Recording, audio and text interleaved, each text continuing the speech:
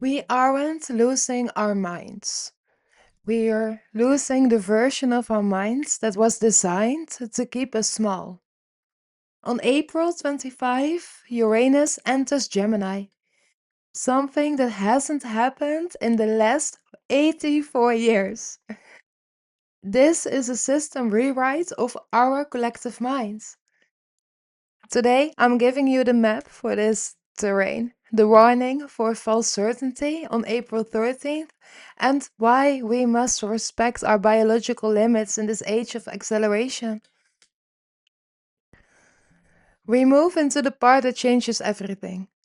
On April 25, Uranus enters Gemini, and like I said, this hasn't happened in 84 years, and I'm very excited for that. I'm not sure why, but. And since it's 84 years ago, this is not a small astrological shift. This is a system rewrite of our collective mind. You see, Uranus is the planet of disruption and sudden lightning strikes, and Gemini is the archetype in how we process information and how we communicate. And when they meet, the old wiring in our brains starts to spark and smoke. Our thoughts literally stop following the old comfortable patterns. And this is what it looks like in our real everyday lives. We suddenly see through situations that we've tolerated for decades. Conversations feel different, like we've developed an x ray vision and can't unsee what's out of alignment. We are losing all patience for slow, unclear, or fake energy. Our minds are jumping faster than ever, but that same speed is causing us to hit a wall of overwhelm much quicker. Maybe we have noticed ourselves looking at a long-term friendship or a career path and realizing the identity we've held there just doesn't fit anymore. It's like trying to wear a coat that's 3 sizes too small. Think about the last time we were in a meeting or a family dinner and we felt a physical urge to just walk out because the small talk felt like sandpaper on our souls.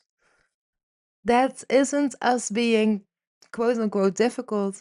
No, that is Uranus deleting the files in our brains that used to find those things acceptable. We are being asked to delete our need for permission, our habit of shrinking to stay safe, and our addiction to overthinking instead of acting. And here is the uncomfortable truth: this isn't optional. If we don't do this work consciously, our systems will force the delete for us. We see it in the sudden breakdowns, the unexplained emotional exhaustion, and the sudden endings of relationships that seemed quote unquote fine on the surface. Uranus doesn't negotiate with our comfort zones. He has he he could care less about our comfort zones. Its message to us is cold and clear. Upgrade our thinking or crash trying to maintain the old one. So again, the message behind Uranus is this: we aren't losing our minds. We are losing the version of our minds that was designed to keep us small. Okay, let's anchor this for a little bit because we need the dates. The information is it's nice, it's fun, but what about the dates? Because our nervous systems, our bodies need a map for the terrain we're crossing. This isn't just astrology. These are the pressure points of the April 2026 collision. April 2nd. Mercury retrograde in Aries, and I have to apologize here because this was meant to go online much earlier, but again, it didn't happen. On April 2nd, we may have noticed that our thoughts felt sharper, maybe more impulsive, or maybe more frustrated. If there was any miscommunication, that wasn't a glitch. That was a constant noise. Think about the email that we almost sent in a rage that morning, or the way that a simple question from a partner felt like a personal attack. That was the reactive fire of Aries hitting the brakes of the retrograde. And the message behind the retrograde was this: our current way of thinking is too reactive. We need to slow it down or it will sabotage us. April 9th, it's today. Mars speaks in Aries. Today is when our bodies hit maximum tension. The pressure to do something, anything, becomes a physical weight. This is the day that we feel like we are vibrating out of our skin. If we don't give that energy an exit through movement, it will manifest as a snap at someone who doesn't deserve it. The message behind the energy: we have to move our energy or it will turn against us. Oh, it's a little bit dark, everything. Like it will sabotage us, it turn against us. It's okay, it's a theme, I see. April 13. Confusion/illusion peak. Emotions on this day can blur. People start projecting their fantasies and fears onto us, and we might do the same. It's hard to tell what is a gut feeling and what is just a fear response. We might feel a sudden, desperate urge to quit everything or run away. This is the false certainty trap we talked about earlier. The message behind it is this: not everything we feel is truth. Ground ourselves before we decide. April 21, Venus goes retrograde in Taurus. Venus, it's the planet of love, and our relationships and our sense of self worth are put under the microscope.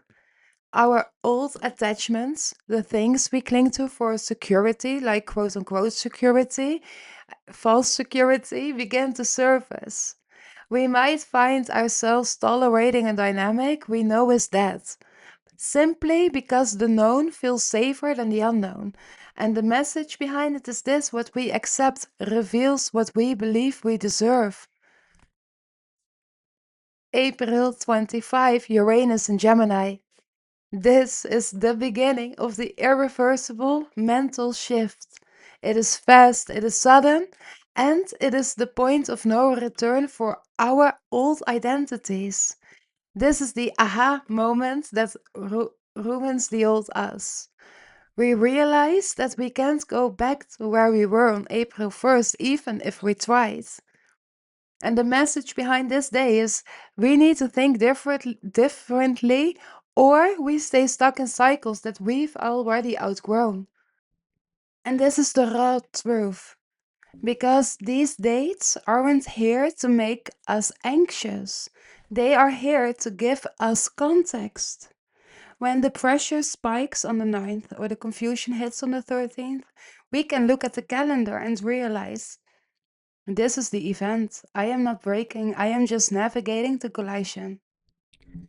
I think it is time for a little reality check, because the last time Uranus was here, it was in the 1940s. And we all know what happened then.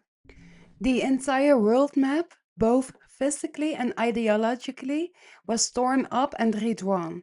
Everything changed.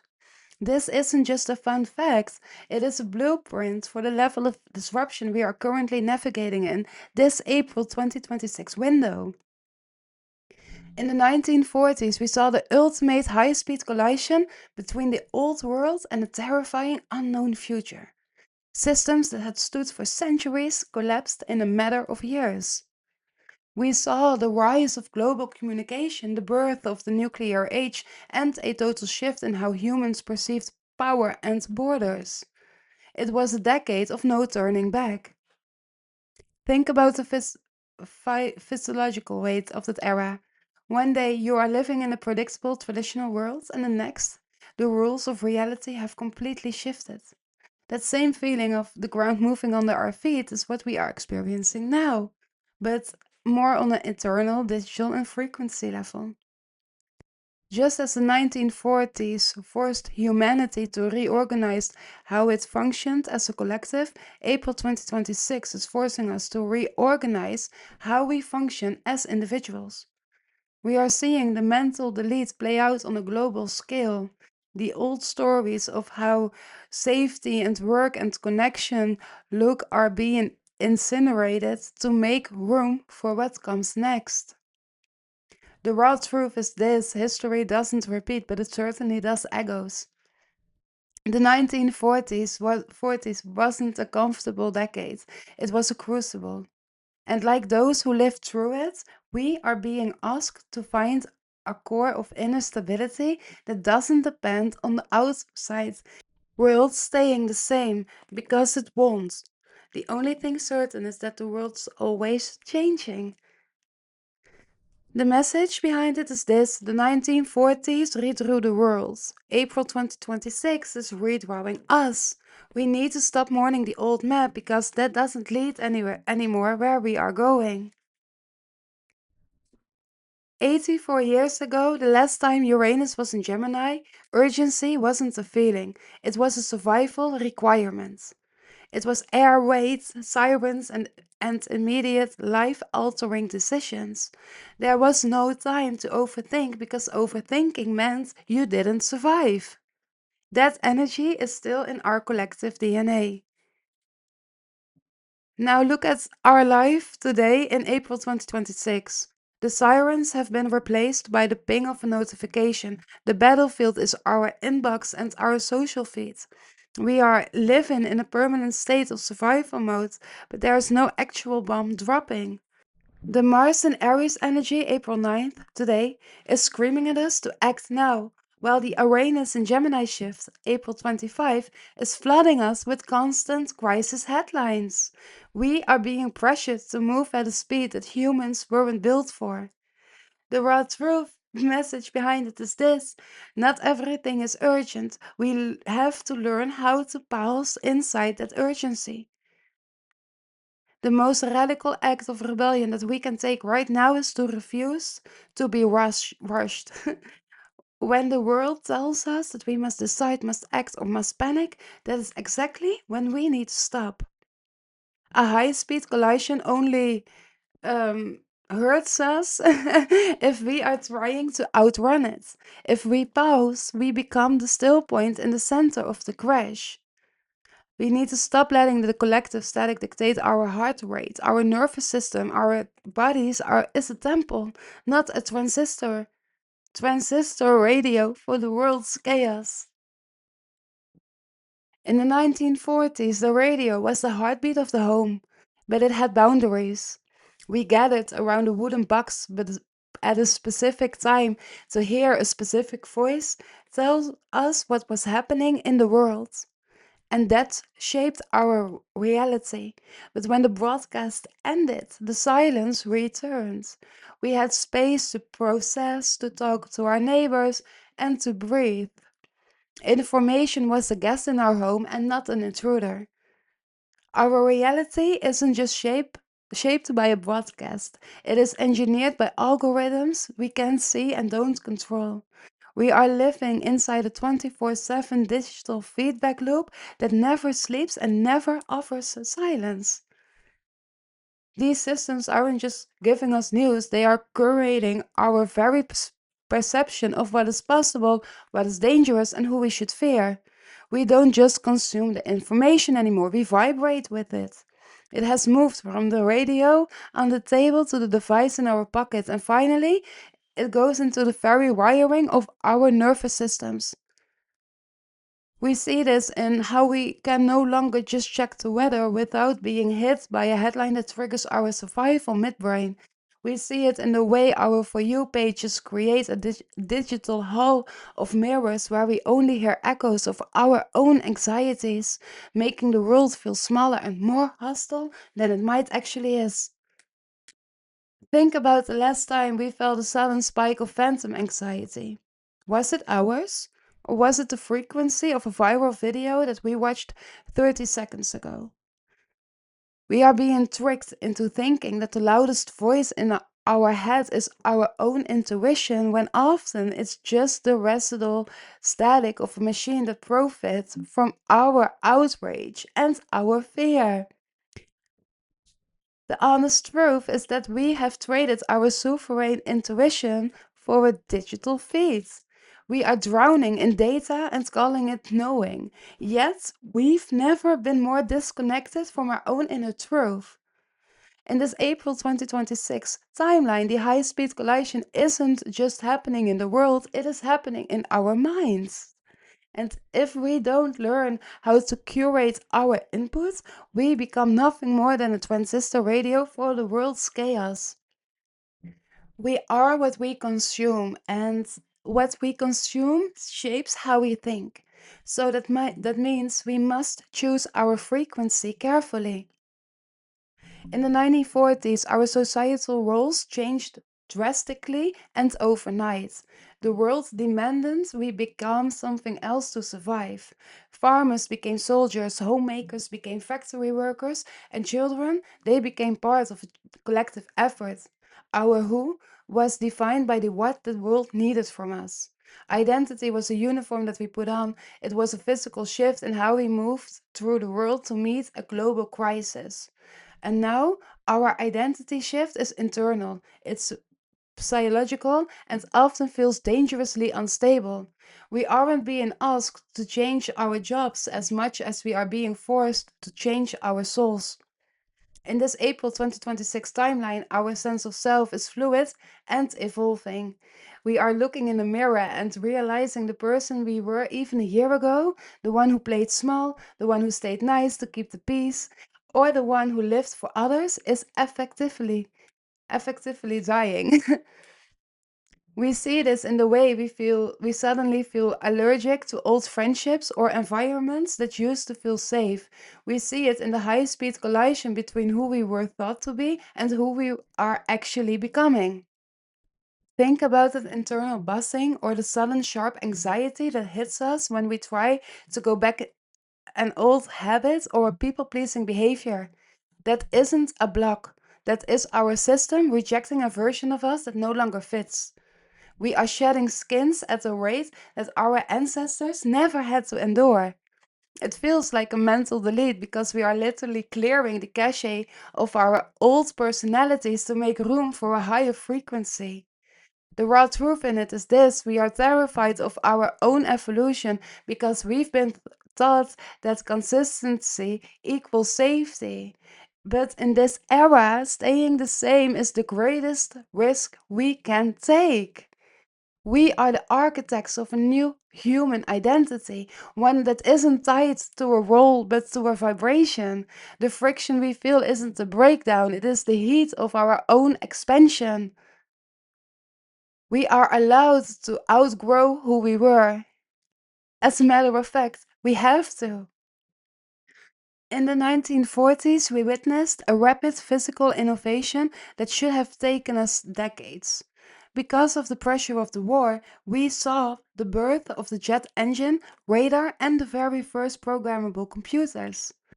Our ancestors had to adapt their lives to match a world that was suddenly moving faster than their horses or their old tools ever could. In April 2026, today, the innovation isn't happening in the sky, it is happening in our synapses. With the explosion of AI, digital overload, and the 24/7 stream of constant input, the battlefield has moved inside our own attention. We are being asked to process more data in a single afternoon than a human in the 1940s would ever have processed in a lifetime. We are running future software on ancient hardware, and our biological systems are redlining. We see this in the wired but tired exhaustion that no amount of sleep seems to fix. We see it in the brain saps, the sudden flashes of light, or the electrical buzzing in our limbs that doctors can't quite explain. This is the friction of our nervous systems trying to keep pace with the digital world that never sleeps. Think about the last time we felt a brain error after just 10 minutes on our phone. That isn't a lack of discipline, it is a biological protest. Our brains are being pushed to evolve at a speed that our bodies, our muscles, our blood, our bones just cannot match. We are trying to be infinite in a finite vessel, and that high speed collision is creating a massive internal heat. We are the generation that is literally rewiring the human experience, but we cannot do it if we burn out our hardware. We've been tricked into thinking that productivity means acting like a machine, but we are human beings. We are biological beings. In this April 2026 timeline, the most radical act of survival isn't moving faster, it's knowing when to unplug the system before it blows the fuse. And the message behind it is this: our brains are evolving much faster than our bodies. We must respect our biological limits. When the world feels this unstable, when the high speed collision of April 2026 is rattling inside our bones and our bank accounts, human nature does one thing: it looks for an exit. We look for a savior, a system, or a script that tells us exactly what to do so we can stop feeling the vibration. And that is exactly when things get dangerous. Because history shows us that in moments of extreme collective anxiety, the loudest voices are rarely the wisest. They are just the most certain, they just have the most persuasion. Around April 13, as the Mars and Saturn pressure peaks, we are going to see a surge of false certainty. And here are the red flags that I want to warn you about. The sellers of certainty. These are the people who claim to have the only map for a territory that is still shifting under our feet. The only way messages. Content that tells you if you just vibrate higher or buy this one thing, you can skip the collective evolution. And lastly, but not least, the clean fixes. These are solutions that sound too perfect, too easy, and too sanitized for the raw, messy reality that we are actually living through. Think about the last time we felt a spike of panic and reached for our phones, hoping an expert would tell us it's all going to be okay by Tuesday. That quote unquote hit of relief that we feel isn't intuition, it is a sedative. Actually, it is an addiction. We are being hunted by certainty, quote unquote certainty, fake certainty, because it is the most profitable product in a world of chaos. But true growth doesn't come in a 5 step PDF, it comes in the silence between the panic. And here comes the raw forbidden truth. We have to admit that we are addicted to the fix. We want a quote unquote guarantee for a future that hasn't been written yet.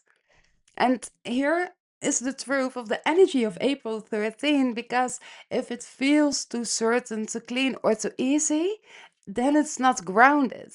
Real truth has edges. Real truth feels like a weight in our stomach and not a hack in our heads. Our body knows the difference between a truth and a tactic. If it feels too certain, trust our gut over the guarantee. This is a warning for the April 13th peak. It moves from the lessons of the past to the traps of the present. We've looked at the history. We've identified the high speed collision of April 2026. We've even identified the false certainty traps waiting for us on April 13th. But understanding isn't enough when the frequency is this high. We can think our way out of a nervous system overload. We have to act our way through it. And this isn't this isn't an aesthetic routine. This isn't a wellness trend. This is a survival ritual to kill the static before it kills our intuition.